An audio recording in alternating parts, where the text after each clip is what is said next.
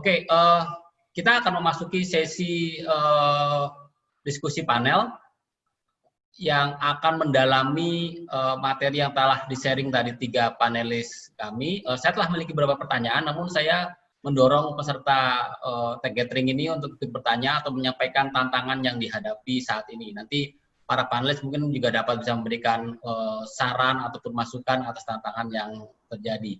Dan mungkin sedikit mengingatkan ada 5 pertanyaan terpilih akan mendapat voucher masing-masing sebesar Rp200.000 untuk 5 pertanyaan terpilih.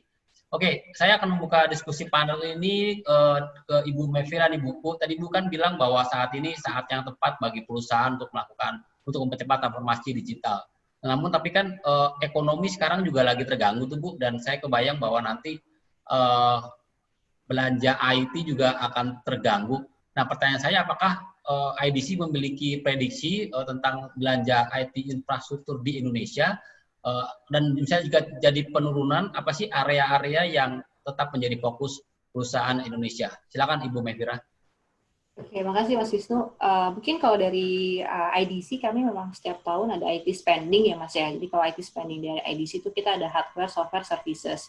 Jadi memang kalau untuk tahun ini enterprise IT spending kita prediksikan akan decline sebesar kalau nggak salah 2% ya year on year di compare dengan tahun 2019. Heavy-nya itu di hardware Mas. Jadi mungkin di sini kalau kita lihat dari enterprise spending itu memang dominantly setiap tahun tuh 50% spending tuh selalu di hardware. Jadi refreshment storage, server dan kawan-kawan lah istilahnya, dan termasuk notebook devices termasuk juga di situ, network equipment juga termasuk di situ. Cuma memang dalam situasi sekarang kami melihat adanya perubahan bisnis model, Mas. Jadi operating modelnya agak berbeda. Jadi instead of mereka beli capex gitu ya, mereka lebih fokus kepada opex gitu. Itu yang kita lihat sebagai salah satu behavior yang terjadi di market sih dengan adanya krisis COVID-19 sekarang. Jadi sebenarnya mungkin di sini akan jadi salah satu opportunity buat services gitu kan, karena di antara tadi 3 komponen itu yang cukup exponential growth-nya tahun ini walaupun ada krisis itu dari services. Jadi itu misalnya ada project implementasi, kemudian sistem kayak misalnya outsourcing services, itu kita lihat akan growth di tahun ini gitu ya. Kalau bicara tentang teknologi trennya apa yang kita lihat tadi dari 6 bulan terakhir yang termasuk dari IT spending kami yang masih ada growth gitu ya, positive growth itu dari cloud solution, kemudian security solution, dan business application. Karena ternyata banyak banget nih Mas yang kita temukan perusahaan-perusahaan itu masih belum ready dari kayaknya tadi Pak Mirmo dan Pak Andi pun juga sharing mengenai tadi employee ya, work from home gitu kan. Karena pasti first thing first ketika kalau tadi di 5 stages yang IDC pun first thing first-nya crisis management adalah dari employee side gitu kan.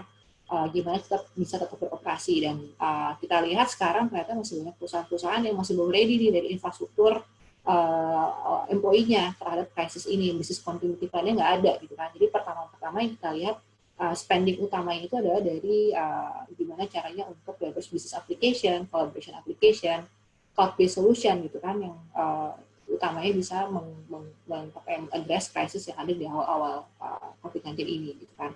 Dan sampai end of the year kita pun melihat bahwa cloud solution akan jadi salah satu mungkin dilihat sebagai alternatif iya, tapi juga sebagai drivers sebagai transformasi digital gitu kan. Rekan-rekan di sini termasuk tadi Pak Mirmo juga share bahwa akan ada cloud solution, itu aku rasa jadi salah satu drivers juga ke depannya yang bisa membantu enterprise di Indonesia untuk bisa survive lah dalam situasi COVID-19 seperti sekarang. Oke. Terima kasih Mbak Mevira. Kalau Pak Andi, mungkin saya juga ingin bertanya nih Pak, kalau di BTN sendiri, apakah pandemi ini, kondisi ekonomi yang menurun ini akan mempengaruhi belanja IT ke depan, dan jika iya, misalnya terjadi penurunan, apa fokus utama yang tetap harus dipertahankan gitu, apa yang dihilangkan dan apa yang dipertahankan? Pak Andi bisa sharing sedikit Pak, kalau di kacamata BTN? Masih di mute Pak?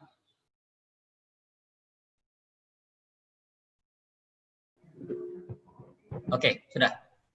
Silakan Pak Andi. Ya, masih Pak Wisnu. Jadi betul, justru gini, justru kami melihat di industri perbankan pada umumnya, khususnya BTN, dengan masa pandemi ini justru kami melihat kalau dari CAPEX maupun OPEX IT justru cenderung naik ya, naik dalam arti untuk bagaimana kami melakukan transformasi secara digital gitu ya. Kenapa? Mau nggak mau karena tadi terjadi perubahan yang cukup drastis dari karakteristik baik dari customer, employee maupun stakeholder yang lain. Jadi ingat bahwa misalnya kayak seperti BTN ya, ini stakeholdernya cukup luas ya. Let's say katakanlah kita bicara mortgage atau KPR gitu ya. Tidak hanya customer, di sana ada beberapa stakeholder yang lain seperti misalnya notaris, kemudian teman-teman aktuaria atau KJBP menilai, termasuk teman-teman developer dan teman-teman sales atau marketing gitu ya. Nah, ini mereka pun juga melakukan transformasi juga. Mau nggak mau kita harus menciptakan ekosistem digital. Nah, sehingga kami terus terang dari sisi IT spendingnya kami arahkan, kami prioritaskan ke arah sana. Bahkan kalau dibanding tahun lalu agak sedikit naik buat kami gitu Pak. Karena untuk menjaga bagaimana transformasi itu bisa terimplementasi dengan baik. Itu Pak Wisnu. Oke, terima kasih Pak Andi. Jadi menarik nih ya bahwa mungkin saya jadi teringat ucapan salah satu CIO yang mengatakan bahwa pandemi ini membuat IT itu seperti kapal Nabi Nuh gitu ya, yang semuanya akhirnya naik ke kapal itu untuk menuju arah baru dari perusahaan gitu. Jadi sekarang benar-benar menjadi ujung tombak perubahan dalam perusahaan itu adalah IT gitu. Jadi mungkin Pak Andi bebannya akan bertambah tuh Pak, mungkin makin banyak sleepless night tuh ya, gara-gara tuntutan manajemen akan semakin berat. Nah mungkin saya geser ke Pak Mirmo nih Pak, kan tadi bahwa Ibu Mevira sudah mention bahwa beberapa memilih untuk mengalihkan hardware masih akan menjadi belanja terbesar, tapi kemudian juga akan mulai mengalihkan ke OPEX gitu ya, dalam bentuk mungkin tadi managed services atau cloud gitu. Nah, pertanyaan saya mungkin seperti yang saya sebutkan di awal tuh Pak, saat ini kan pilihan infrastruktur digital tuh ada banyak tuh Pak, ada yang oke saya kelola sendiri aja nih, saya punya capability untuk mengelola sendiri, atau saya co-location, saya cuma beli servernya terus saya tempatkan ke tempat seperti Telkom Sigma, atau juga udah saya langsung ke cloud aja karena saya butuh agility dan segala macam. Nah, dari kacamata Pak Mirmo sendiri, dari banyak pilihan itu, bagaimana Pak? Ada saran nggak bagi perusahaan, bagaimana mereka memilih solusi yang tepat? Mungkin nggak one fits all, gitu, tapi sampai tahu ada kombinasi dari, sebaiknya yang aplikasi seperti ini di on-premise, yang satu seperti ini di cloud gitu. Bisa nggak Pak Mirmo untuk memberikan mungkin saran bagi perusahaan dalam memilih konfigurasi infrastruktur digital yang tepat di kondisi seperti saat ini? Silakan Pak Mirmo. Baik, Mas Wisnu. Jadi saya mulai dengan model yang lebih tradisional. Co-location dianggap sebagai model yang standar ataupun tradisional, karena memang semua berawal dari sana. Kalau memang perusahaan kita itu memenuhi satu dari 3 kriteria ini, yang pertama adalah bahwa kita itu masuk di industri yang diregulasi oleh sebuah lembaga, misalkan bahwa ya IT kita harus begini, itu kita diregulasi. Atau kita adalah perusahaan yang ingin memiliki full control terhadap semua elemen infrastruktur kita, network, infrastruktur, mesin, dan seterusnya. Atau kita menggunakan teknologi-teknologi yang sangat terregulasi, seperti misalkan di perbankan. Perbankan itu ngomong lugas lah, AS 400 misalkan, itu adalah platform yang sangat terregulasi dan agak bukan platform, saya proprietary jadi bukan platform yang open. Nah, kalau kita termasuk, industri kita termasuk salah satu dari 3 ini, maka memang co-location adalah pilihan yang paling baik. Tetapi kalau kita tidak punya spesifik requirements untuk itu, seperti yang ada di 3 tadi, sebenarnya saat ini cloud itu adalah pilihan yang paling bijaksana, atau managed service atau cloud atau virtualisasi, apapun yang sifatnya ngarah ke memang ultimate-nya di cloud service, itu memang pilihan yang paling bijak. Karena apa? Di situ kita bisa fokus ke bisnis inti tanpa perlu pusing dengan yang namanya IT operation gitu ya. Serahkan pada ahlinya lah gitu, atau serahkan pada memang yang bisa melakukannya dengan baik dan menjaganya untuk kita. Jadi kita tinggal fokus pada bisnis. Atau kalau memang skala kita masih belum terlalu besar, apalagi itu cloud memang jadi sangat-sangat fleksibel. Ketika kita kecil, ya udahlah kita nggak usah gede-gede dulu. Begitu kita makin besar, kita expand, atau kemudian kita makin butuh spesifik dan kita kemudian require sebuah bentuk colocation, itu pertumbuhannya lebih mudah di manage kalau kita dengan cloud. Dan sebenarnya memang sepertinya ke depan rasanya memang cloud itu keniscayaan saat ini, dan sudah mulai terlihat, dan rasanya makin ke depan tren menuju maraknya ataupun menuju boomingnya cloud digunakan sebagai infrastruktur dasar dari seluruh industri, itu akan menjadi kenyataan. Itu Mas Wisnu. Oke, terima kasih Pak Wirmo. Tapi kalau dari presentasinya Pak Andi juga BTN tentu saja termasuk memiliki tiga kriteria seperti Pak Wirmo sebutkan tuh ya, regulasi, legacy application dan sejenisnya. Ada tiga kriteria itu mungkin BTN termasuk, tapi BTN juga kayaknya tadi ada menyebut mengadopsi cloud juga ya Pak ya. Mungkin Pak Andi pertanyaan yang sama sih Pak, bagaimana sebenarnya BTN memilih konfigurasi yang tepat gitu, kombinasi dari ada yang colo, ada yang cloud dan segala macam. Jadi mungkin pertanyaan saya adalah bagaimana BTN menentukan mana yang ke cloud, mana yang harus di on premise dan segala macam. Ada saran nggak tuh Pak dari kacamata BTN? Silakan Pak Andi. Baik Pak Wisnu, jadi gini, kalau di perbankan memang ada beberapa ketentuan-ketentuan ya, baik secara internal maupun secara regulator gitu ya. Namun demikian, mau nggak mau itu juga sifatnya dinamis itu ya, berubah. Karena teknologi ini juga mendorong ke arah sana perubahan itu. Nah, kira-kira kalau dari kami ini strateginya adalah ada beberapa area yang memang harus kita ibaratnya manage sendiri, maintain sendiri. Misal beberapa aplikasi tadi yang disebut Pak Wirmo sifatnya proprietary, atau kalau di banking namanya core banking, itu udah pasti harus kita maintain sendiri. Namun demikian juga ada batas-batas tertentu, tidak semuanya arti manage sendiri itu totali secara 100% kita lakukan sendiri. Bisa dilakukan secara co-location, artinya data center pun kita bisa lakukan dengan partner atau melalui partner. Nah, bergeser ada beberapa sistem atau aplikasi yang sifatnya non-core atau surrounding. Misal aplikasi-aplikasi yang dia running di platform x86, ya sifatnya umum, misalnya aplikasi berbasiskan Java, atau dia pengembangannya dengan PHP, dan ini juga sangat dinamis aplikasi-aplikasi berbasiskan platform ini. Nah ini juga bisa kita pilah-pilah, sebagian besar bisa kita manage sendiri, sebagian besar bisa kita kerjasamakan secara cloud ya, meskipun mungkin cloudnya juga tentunya kita batasi, misalnya private cloud dengan beberapa partner yang memang sudah kita cukup kenal dengan baik gitu ya. Nah, misal ada beberapa aplikasi reporting, aplikasi misalnya kolaborasi atau seperti email, ini bisa kita lakukan secara kerjasama secara cloud. Nah, tapi ada tengah-tengah tadi yang seperti saya sampaikan, kita bisa lakukan secara co-location. Jadi kita sekali lagi strateginya kita pilah-pilah mana yang menjadi severity atau tiringnya bank atau perusahaan, kita pilah-pilah, misalnya severity 1, severity 2, 3, sehingga mana-mana yang kita punya batasan-batasan, mana yang kita manage sendiri, kombinasi secara co-location, tapi mana yang bisa kita partnerkan secara cloud. Itu dengan melihat severity aplikasi atau tingkat kerahasiaan aplikasinya. Kira-kira gitu Pak Wisnu secara garis besar.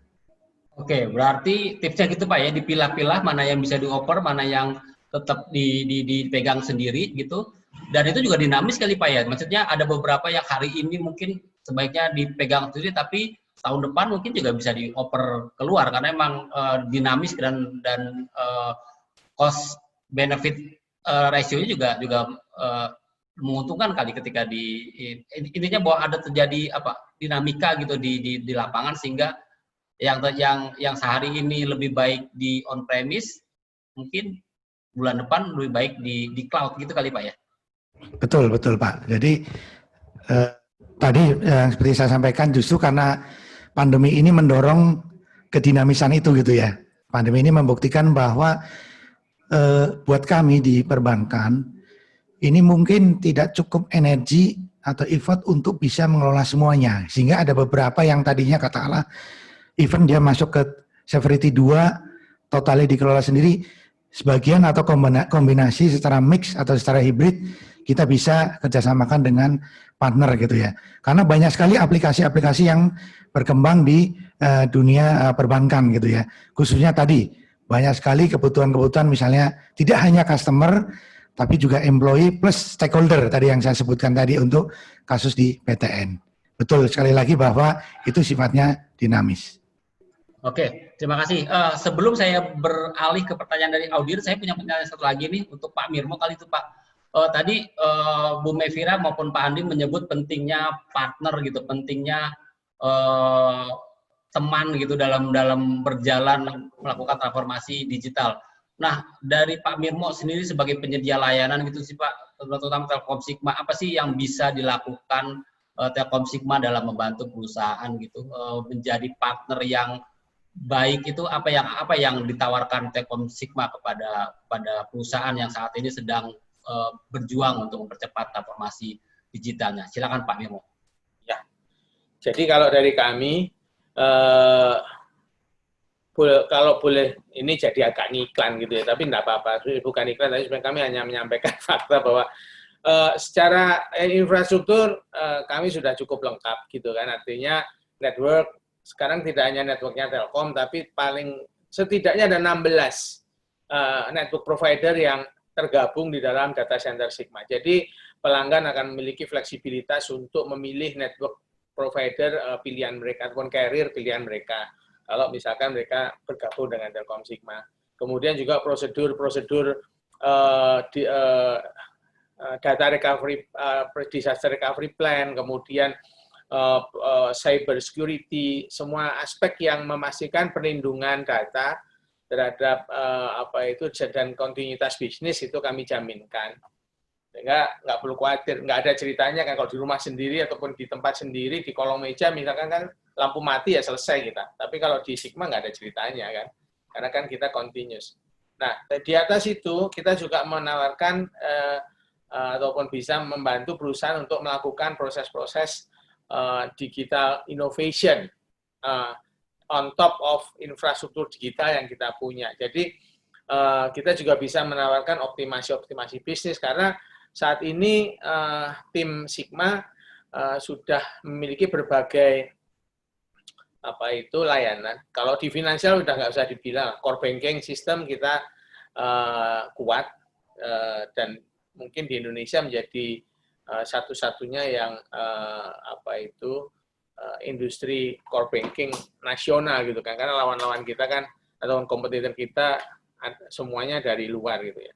Tapi di luar itu ada untuk yang dibilang Pak Andi tadi, yang non-core lah misalkan, itu enterprise resource planning atau ERP, kemudian collaboration, proses untuk mendukung paperless office, kemudian bahkan juga untuk inovasi-inovasi bisnis yang sifatnya bagaimana kita bisa memaksimalkan bisnis kita dengan menggunakan pendekatan digital. Sebagai contoh misalkan sekarang yang sedang kami dekati adalah bagaimana kita bisa membantu sebuah industri, saat ini contohnya adalah industri furniture, kita bilangnya woodcraft, untuk bisa meleverage bisnis mereka dengan cara digital. Contoh yang pertama. Contoh yang kedua, bagaimana kita membuat industri tourism di Indonesia, dalam hal ini di Jawa Tengah ya, kita punya site reference-nya, itu bisa dikonvergenkan. Bahwa sekarang namanya tourism biasanya kan ketemunya fisik ya, mau ke candi fisik, mau nonton wayang kulit fisik gitu kan. Tapi bagaimana kalau itu kemudian ada satu experience digital yang ada di situ. Jadi sebenarnya itu yang kita komitmenkan untuk membantu Indonesia dan juga untuk kita kontribusikan untuk Indonesia sebagai bagian dari proses kemandirian teknologi Indonesia nantinya di tahun-tahun yang akan datang. Terima kasih, Mas Wisnu. Oke, berarti kalau kita ngomong Telkom Sigma itu nggak cuma server, data center, segala macam itu Pak ya, aplikasi di atasnya pun Telkom Sigma bisa bantu perusahaan gitu ya Pak ya? Iya, betul sekali. Oke, jadi misalnya saya punya perusahaan, saya tinggal datang ke Telkom Sigma, come up with problem statement-nya, nanti Telkom Sigma dengan keahliannya, dengan pengalamannya bisa membantu menyelesaikan problem yang saya hadapi, kira-kira seperti itu Pak ya? Ya, kira-kira begitu.